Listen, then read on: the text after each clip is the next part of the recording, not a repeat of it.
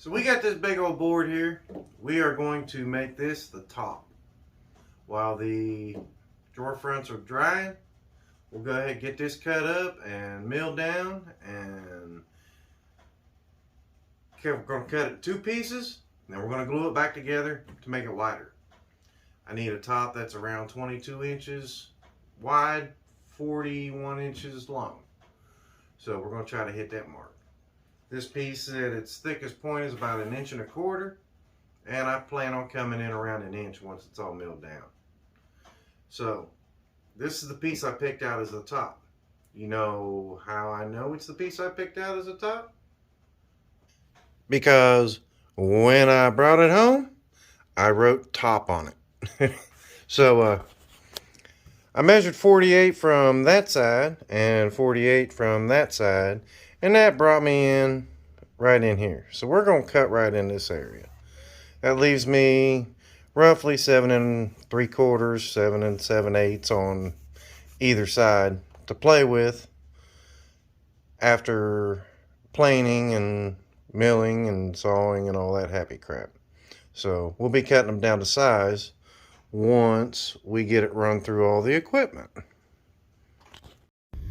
I'm just rough cutting these so I can make it easier to handle, pushing it through the saw and the joiner. I'll cut it down to final length after the table's all put together.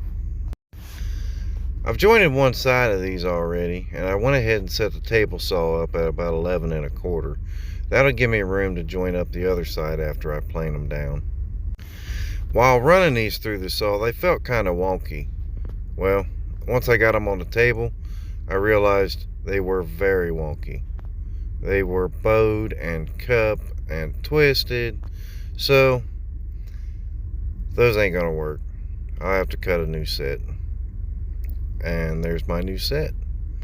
And they are nice and flat and took extra time, so be careful when choosing your top. So now we move on to the planer. To run these through, I set the planer at the thickest part of the board. It may feel like you're getting nowhere running it like that, and it takes more passes, but it's definitely less stressful on a planer, and you get a much better finish if you go little by little by little. Going through the planer was fun. Cool, man. So we got this lined up. What you want to do next is figure out what grain pattern you want to follow. Kind of flip it over, see what looks good, see what side you like the best. Set them up next to each other. I'm not a fan of that, but that's a pretty good joint right there already. But you got these brown marks here. I don't know if you can see them or not. I'm not a fan of them. They don't really line up. Plus we got this here and this here, which is kind of lighter, and it looks good on the outside, but I think it would look better if it were together. So I'm not a big fan of the 2 knots that are on that board, but they give it a little bit of character. And this one's got a knot on it too. Now, the joint kind of sucks, but the way the grain pattern kind of flows is going to hide that joint really good. And then we're going to run it through the joiner on a system that I've been seeing a lot on YouTube. Everybody's been running this in and out method, to where you run one side with the top facing in and the other side with the top facing out, and you're supposed to be able to get a perfect matchup. So I've got the joiner set up. I've already checked it for the 90 degrees. Looks pretty good. These boards are pretty flat. Thank God they're not wonky. They went through that planer real nice.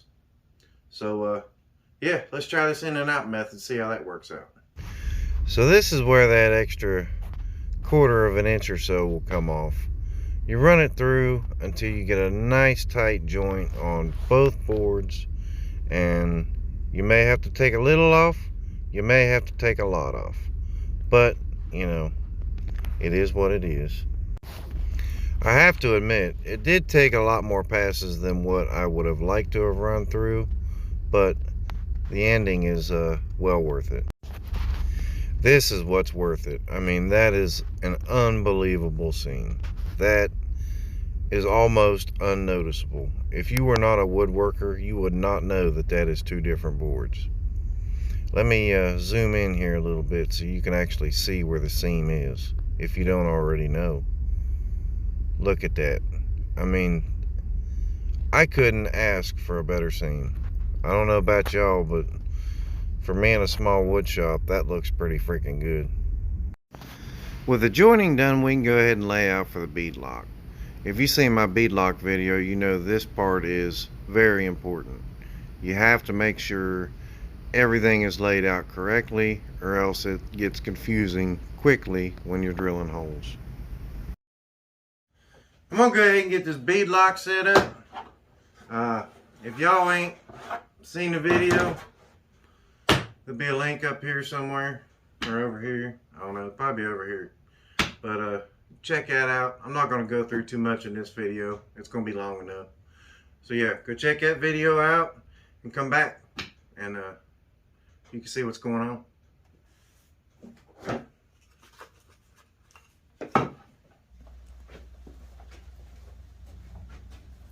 Alright, I know I wasn't going to put much of the bead lock in here, but I think I found a tip to make it a little easier to use. So, I've already done one board with a bead lock. Now this is a tabletop. It may be different for something else. But on this one, I'm going to try to clamp the two boards together and drill them with the same A side. Because when you use the bead lock, you got to use an A side and a B side, and you got to flip and this and that, and it's kind of a headache. So I'll show you what I've done.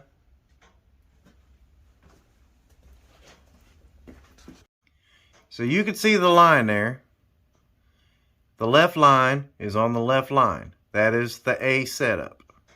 The B setup is the right line on the A line on your board. We don't want to do that. It gets confusing. So what I did is I have transferred my lines on all of my bead locks. The original line I drew earlier on the other side of the board matches up with this side of the board, and I just transferred them across. So now I should be able to drill the A side all the way across the other board. Now this front reference face right here is set at a 1/2 inch. Let's see if I get in there. You can see the mark there. Maybe. Anyway, there's a mark on here right there where my fingernail is, and it's at a 1/2 inch because these boards are 1 inch thick.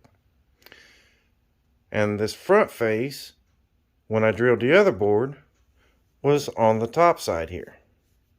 So it should work.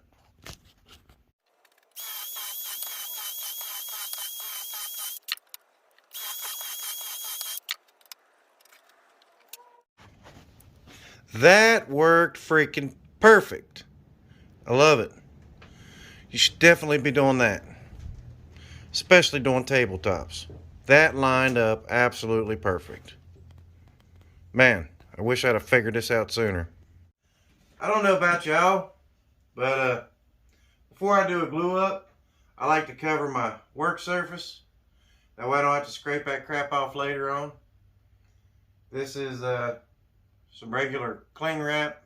Not my preferred covering, but that's what the grocery store had.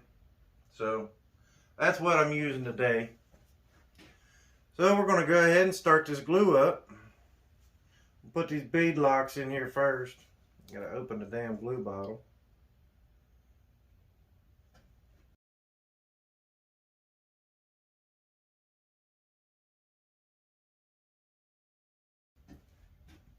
I like to put glue in the holes, and then I smear it on the bead lock.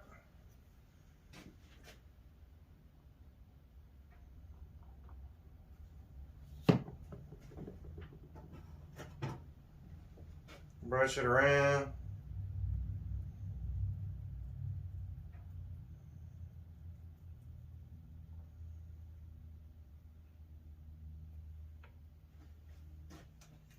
Another one. Make sure when you're putting this glue on, you're hitting all of the surfaces that are going to be glued together.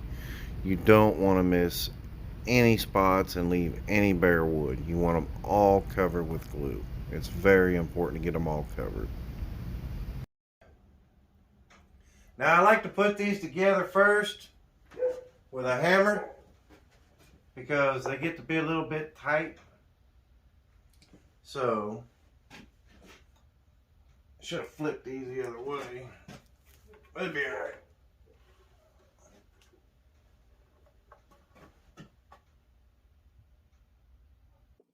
Make sure when you're beating these together, you're using a soft dead blow or some kind of block that you're not going to leave the indentations on the sides of your tabletop. Now what we'll do is we will move this, set the clamps up. Kind of got to do this in a hurry.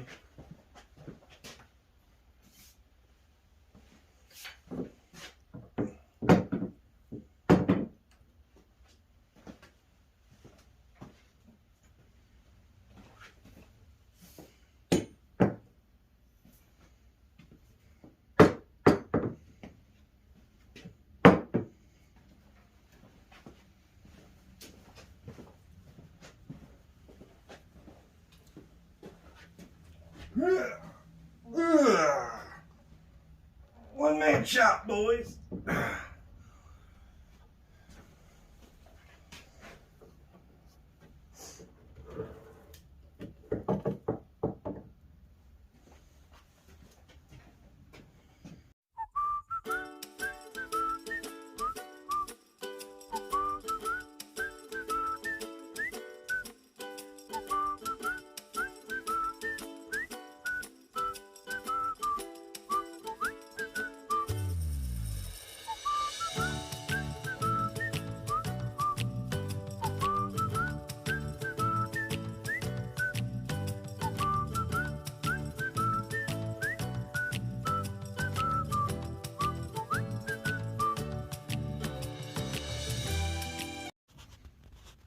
I will let this thing dry up in the clamps overnight.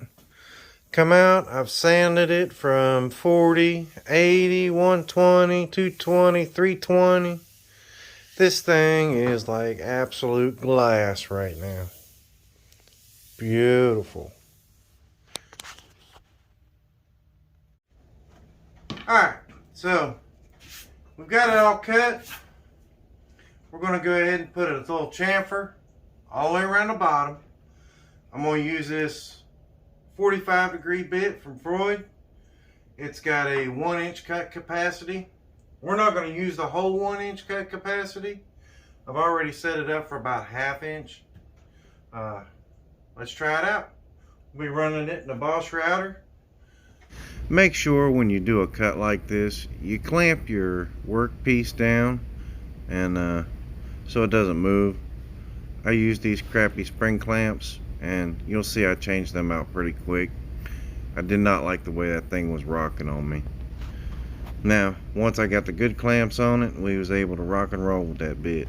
It cut pretty good. I mean, it's a brand new bit, but man, it was smooth as butter.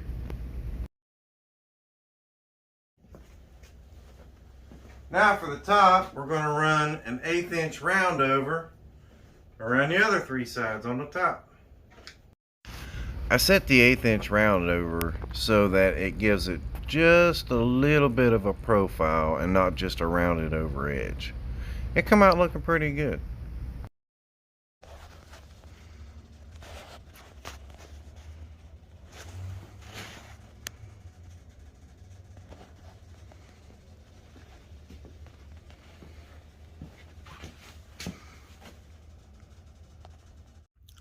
So I took my fancy stencil and drawn out a profile I could live with, and now we're gonna cut it out with a jigsaw. I don't know what your least favorite tool is in your shop, but the jigsaw is by far my least favorite tool. So I've sanded this side. You can see the line is still here just a little bit. Now I ran this edge through the table saw up to about right here to give me 2.5 inches, and then I pulled it out and done the rest with the palm sander with some 80 grit sandpaper. Now I only done the one side because I wanted to show y'all the other side before I sanded. So this is the side I haven't sanded yet. You can see where the table saw come in. You want to make sure you don't take that table saw into your groove there. And it's still kind of wonky. I got to sand all the way down to this line. And you can see the chunk up here where the jigsaw come in. We'll smooth that out just like this side. I think it's turning out all right. Alright, so I decided not to route any of the edges. But what I did do is I went ahead and set it up, and I drew lines on both sides of all 3 pieces. Now we're going to drill some pilot holes. These two are going to act like breadboards. They're going to hold it flat and straight. So we're going to drill some pilot holes, and then we're going to flip it over, and we're going to recess the holes for the screws that'll hold it into the bottom. And we'll do the same thing here. There'll be 4 here, probably 5 on the back side. Let's get that done. The reason I lay out the top and draw the lines on the top is that way all I have to do is take them off, find the lines, drill right in the center of the lines, and I know exactly where my screws have to go through from the bottom. Got all the holes drilled. Now we'll flip it over and do the recess. Since I drilled from the top to the bottom, finding the holes to drill the recess was a piece of cake. Center it up, turn it on, and go. After getting all the holes drilled, I went ahead and put the first coat of finish on this because I was finishing up in the shop for the day, and we'll go ahead and let it dry overnight and come back tomorrow and we'll see about getting it all assembled. Now these little triangles are freaking great. They make doing the top of your tables or the top of anything nice and easy because they just got little points on them and you don't have to worry about it ruining your finish. So you should get some of those. They're pretty handy. This top looks great, but since I've already got it in a cup and on a brush, I'm gonna go ahead and do the cabinet, the first coat anyway. And it goes on so smooth. I'm just kind of shellacking it on here in the corners and on the frames, and we'll go back through and wipe it off later on with a rag. Now I'm just going to do the outside of the cabinet. I'm not going to do the inside of the cabinet because, well, you're not going to see it. So, you know, plus it's just a waste of stuff you're not going to see. So just in case y'all were wondering about putting dog holes in your bench or cheap Harbor Freight clamps, well, you don't feel nearly as bad about grinding off a $3 clamp as you would a $30 clamp. And the dog holes, well, when you got to clamp up something like this, they're pretty nice.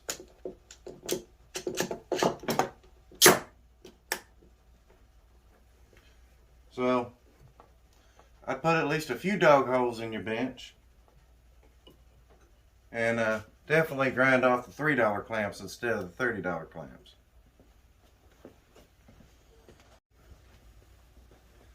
So yesterday I used a wood burner to burn in the baby's name right here in the top. There are still some unfinished marks, so I'm just going to kind of touch them up a little bit. And that gives me a chance to mention the wood burner I used. My wife's aunt sent this up to me. It's the Colwood Super Pro 2.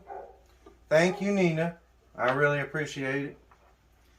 And I got to tell you again, you cannot appreciate a good tool until you've used an inexpensive one. Now, I've used wood burners in the past, and they are zero comparison to this thing. I mean, turn it on, and within a few seconds, this thing is glowing red hot. I mean, it's just that quick. That's awesome. So we're going to go ahead and touch this up, and then we're going to get it mounted. It only took me a few minutes to get this touched up with that wood burner. I mean, that wood burner is just an absolute rock star. I'll definitely be burning more wood with this thing.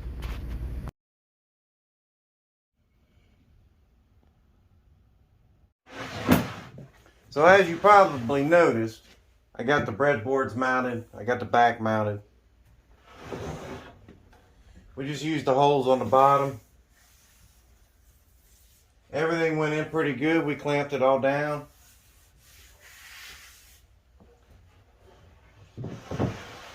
Now we're going to mount it. Got to get the drawers out. Draw a line on the top. Hurry up. So I went back to my little storage stick here and measured 3/4 off the back on both sides. We're good there. Took my square and measured on this side. We're good. We're good. And I got about 1.5 inches in the front. We're going to be using these little corner fasteners.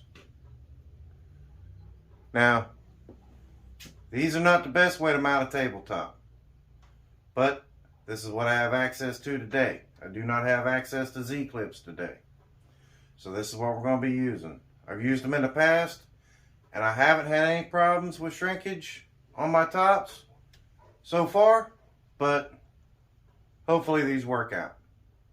So we're going to try these and put 3 on each side and 4 across the front and the back, and that should hold this heavy top to this heavy cabinet, and it won't go nowhere. Overkill? I think not. This dresser is very heavy, and I'm not losing the top. Alright, remember this wonky ass board from earlier? You know, the one that was supposed to be the tabletop? Well, we're going to go ahead and use it to make something like this. And if you remember, I had 2 of them. Now I used that to make the rails for the top. These rails. Now, being wonky is not a problem because I'm going to cut them down 2.5 inches and run them through the joiner, and that'll flatten it out. Run it through the planer, that'll flatten out the top. We'll get the sides jointed up, it'll be all good. Alright, let's get to that. So with this board being wonky, you can't get this to lay flat on your table saw. I mean, as a matter of fact, it's actually pretty dangerous to try to do so. It'll pinch the blade and kick back and twist, and it's bad. So I kind of lift up on the back end just a little bit. That way only 2 spots touch the table. So just so you could see, here is a shot of how the thickness varies through all of these boards. I think I measured the thickest part at like 1.5 inches. So just like running the other boards through, like the tabletop, I made sure to set the planer to the thickest height and then run them through little by little by little. This way I'm not tearing up my planer and I'm not tearing up the board. It works really well.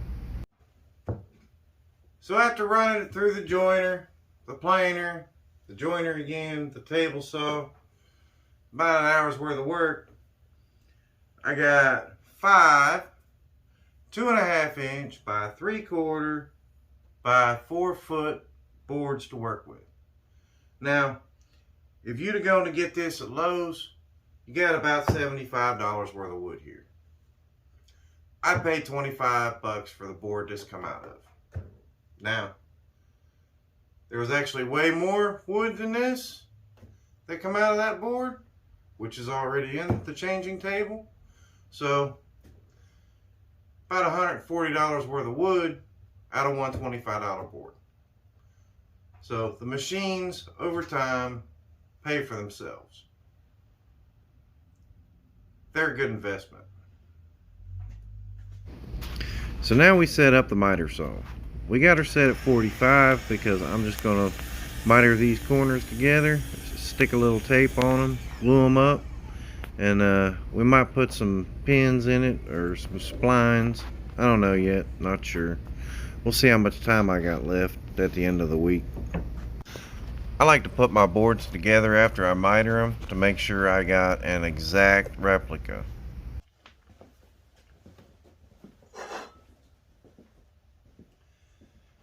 After getting the corners all mitered up, I went ahead and taped it up just for measurement purposes, so I could lay it out for the pad number 1, which is 16 inches by 32. Now, when the baby grows up, I want her to be able to use the whole dresser changing table combo. So my plan is this particular board, well, not this one, but 16.5 inch board, will come all the way across. That'll hold the changing pad. This will work as an organizer, and anything behind it will be an organizer. Now, these 4 boards that I will cut can be put in later on, and she can hang it on the wall as a shelf. To fill these dado slots, I'll be cutting some Purple Heart, and we'll get them to fit nice and snug in there until she grows up and puts these other shelves in there. We'll put some slots on the back, or maybe we'll recess some hanging hardware.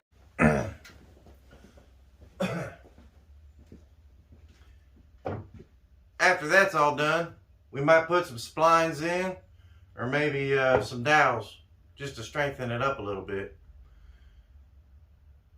I'm not sure if I'm going to round the edges over or not. It looks pretty good squared off. I already set the dado stack up, so we're going to head and blow this apart and get some cut. Alright.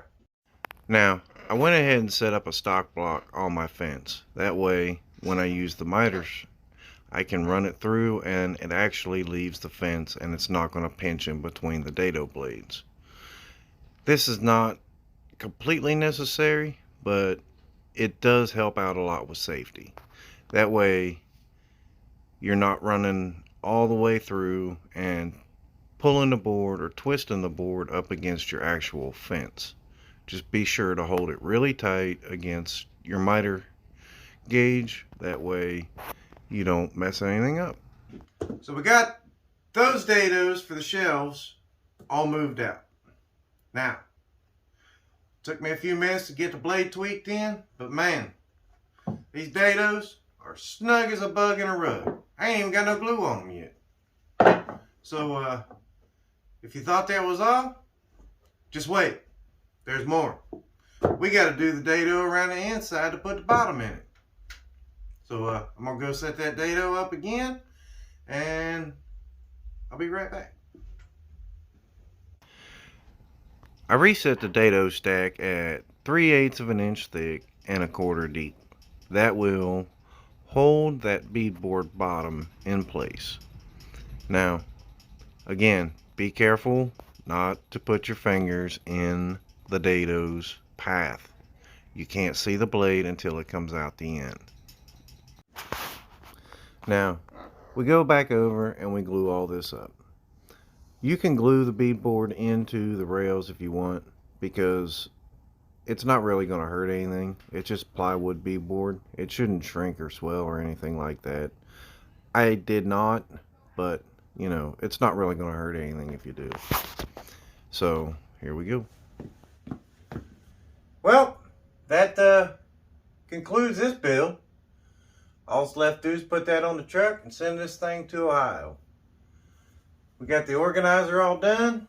It's looking good. We'll throw the shelves in one of these drawers. Oh, these drawers, by the way, I went ahead and put that paste wax on there. Man, these things glide nice. One hand pulls them in and out. I mean, I don't know why I'd pay 20 bucks for drawer slides. I mean, that's that's pretty nice.